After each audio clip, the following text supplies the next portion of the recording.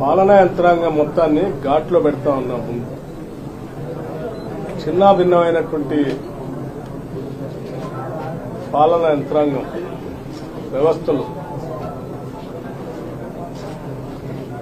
వాటన్నిటినీ ఘాట్లో పెట్టి బాధ్యులైన అధికారులందరినీ కూడా ఆ రంగాల్లో ఆ స్థానాల్లో నియమించి పాలన మొత్తం ప్రజలకు జవాబుదారీతనంగా ఉండేటట్టుగా తీసుకోవాల్సిన చర్యలన్నింటినీ మొదలుపెట్టారు. ఉద్యోగ వ్యవస్థకు సంబంధించి జీతాలు ఎప్పుడొస్తాయో తెలియనటువంటి దిక్కుదోచిన పరిస్థితిలో ఉన్న ఉద్యోగస్తులందరూ కూడా మొదటి వారంలోనే జీతాలు వచ్చేట్టుగా ఇచ్చాం. అట్లాగే అసలు ఈ రాష్ట్ర ఆర్థిక పరిస్థితి ఏమిటి, ఏ స్థాయిలో ఉందనేటువంటి అంశాన్ని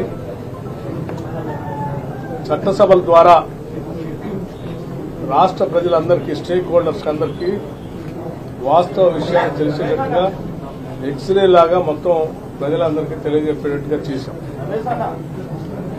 అట్లాగే రాష్ట్రంలో ఉన్నటువంటి విద్యుత్ ఉత్పత్తికి సంబంధించి విద్యుత్ సరఫరా గురించి కూడా, లేకపోతే వాటికి సంబంధించిన డిస్కౌంట్ పరిస్థితి, జెన్కో పరిస్థితి, ట్రాన్స్కో పరిస్థితి, ఎన్ని లక్షల కోట్ల అప్పులు పాలు చేసి అధోగతి పాలు చేశారో కూడా వాస్తవ విషయాన్ని ప్రజల దృష్టికి తీసుకొచ్చేటట్టుగా చేశాం.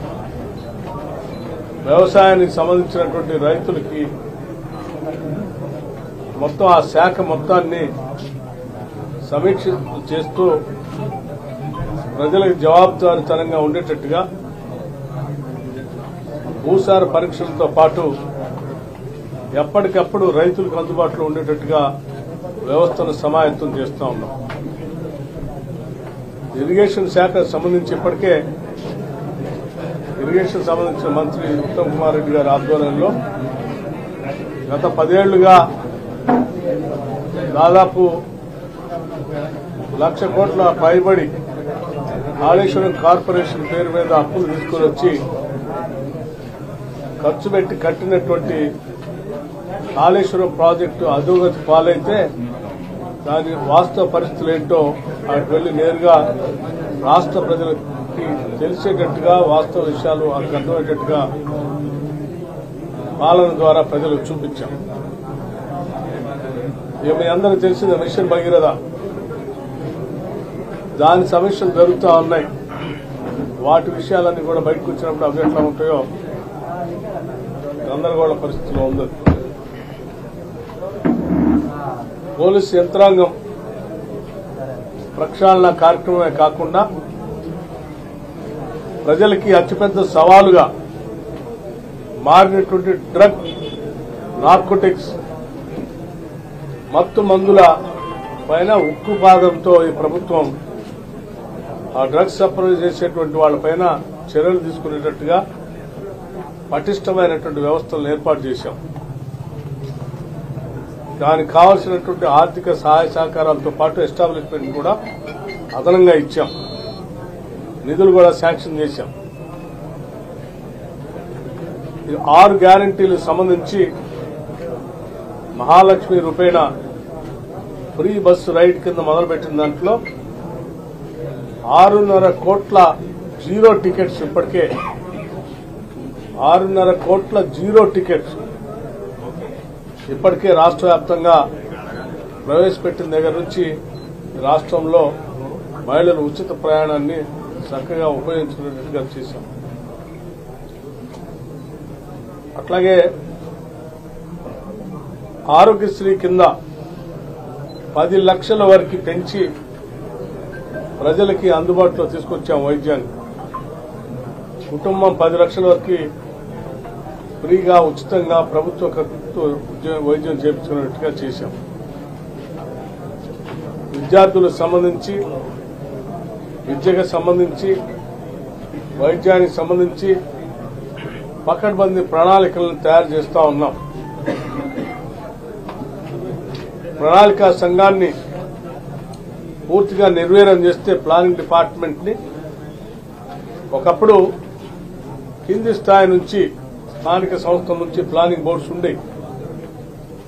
ఆ ప్లానింగ్ బోర్డ్స్ దగ్గర నుంచి అంతిమంగా స్టేట్ వరకు కూడా ప్లానింగ్ బోర్డ్స్ తో ప్రణాళిక శాఖ అన్ని శాఖలతో సంప్రదింపులు చేస్తూ ప్రణాళికలు తయారు చేసేటువంటి వ్యవస్థని ఆ ప్రణాళికలతోనే భవిష్యత్తులో ఈ రాష్ట్రంలో దేన్ని నిర్మించాలో, దేని పునాదులు వేయాలో, దేని మీద ప్రయారిటీ చేయాలనేటువంటి అంశాల మీద దృష్టి సారించి ముందుకెళ్లేటువంటి అంశాన్ని గత 10 ఏళ్లుగా పూర్తిగా నిద్రపుచ్చేటట్టు చేసిన శాఖని తిరిగి దాన్ని అంతా కూడా యాక్టివేట్ చేసే కార్యక్రమంలో ఒక ఫుల్ ఫ్లెడ్జ్డ్ ప్రణాళిక అంటే ప్లానింగ్ సెక్రటరీని కూడా నియమించడం జరిగింది, ఒక సీనియర్ ఐఏఎస్ అధికారి.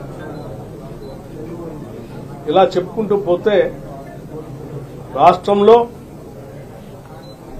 ఉన్నటువంటి ఆర్థిక వనరులన్నింటినీ కూడా సక్రమంగా దూబరా ఖర్చు కాకుండా ఒక ప్రణాళికాబద్దంగా రాష్ట్ర ప్రజల భవిష్యత్తు కోసం ఇన్వెస్ట్ చేసేటువంటి కార్యక్రమానికి నాంది పలుకుతా ఉన్నాం.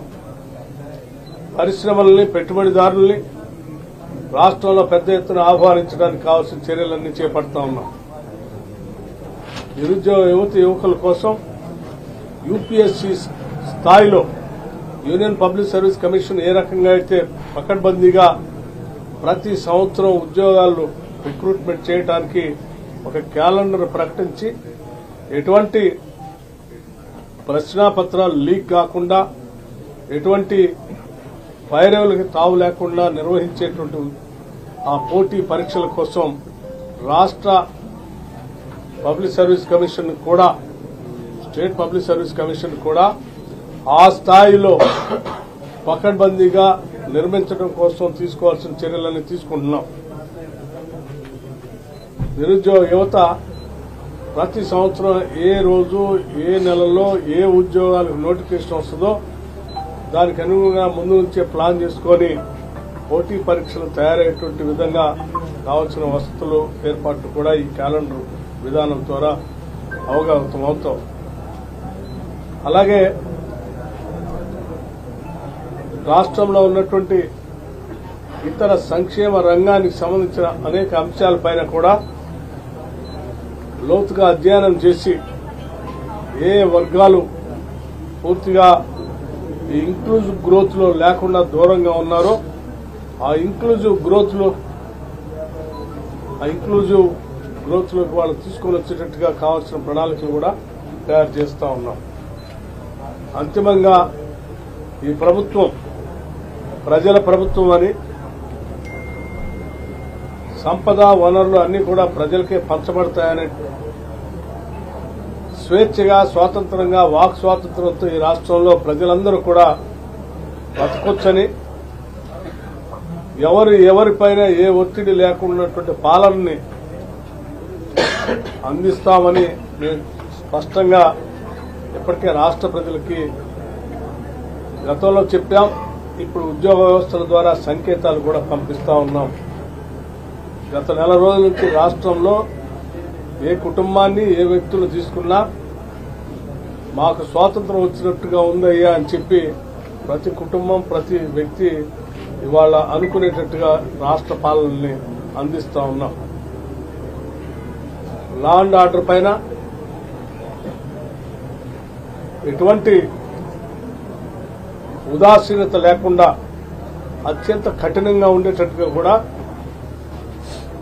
ప్రభుత్వం తీసుకోవాల్సిన చర్యలన్నీ తీసుకుంటుంది. ప్రజల ధన, మాన, ప్రాణాలను కాపాడటం అనేది ప్రభుత్వం యొక్క ప్రాథమిక బాధ్యతగా కూడా ముందుకు పోతా ఉంటుంది.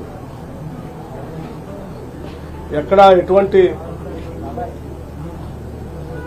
కొద్దిమంది వైరవికారులకో లేకపోతే కొద్దిమంది తాబేదారులకో ఈ ప్రభుత్వం లొంగదు. ఈ ప్రభుత్వం పూర్తిగా ప్రజల జవాబుదారీతనంగా ఉంటుంది. ఈ ప్రభుత్వంలో ఉన్నటువంటి వాళ్ళందరూ కూడా ఇది హోదాలాగా ఎవరు భావించట్లేదు. ఈ పదవులన్నీ కూడా ఒక బాధ్యతగా ఇది ఒక పాత్ర పోషిస్తూ ఆ బాధ్యతని ప్రజలకు జవాబుదారీతనంగా ఉండేటట్టుగా పనిచేసే కార్యక్రమానికే ముందుకు పోతుంది ప్రభుత్వం. ఇచ్చిన 6 గ్యారంటీల్ని సమగ్రంగా తీసుకోవాల్సినటువంటి చర్యలన్నీ తీసుకోవడానికి ఇప్పటికే మేము 28వ తారీఖు డిసెంబర్ నాడు ప్రతి గ్రామంలో ఈ రాష్ట్రంలో ప్రజాపాలన పేరు మీద ప్రతి 100 కుటుంబాలకి ఒక కౌంటర్ను పెట్టి అప్లికేషన్లన్నింటినీ కూడా తీసుకోవడం జరిగింది. భవిష్యత్తులో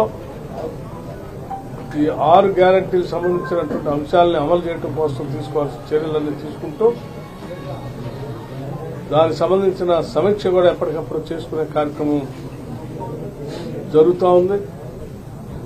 దాంట్లో భాగంగా రేపు పొద్దున దీనిపైన కూడా చర్చ ఉంది. విద్యపైన వైద్యం పైన ప్రధానమైనటువంటి దృష్టిని కూడా సారిస్తా ఉన్నాం.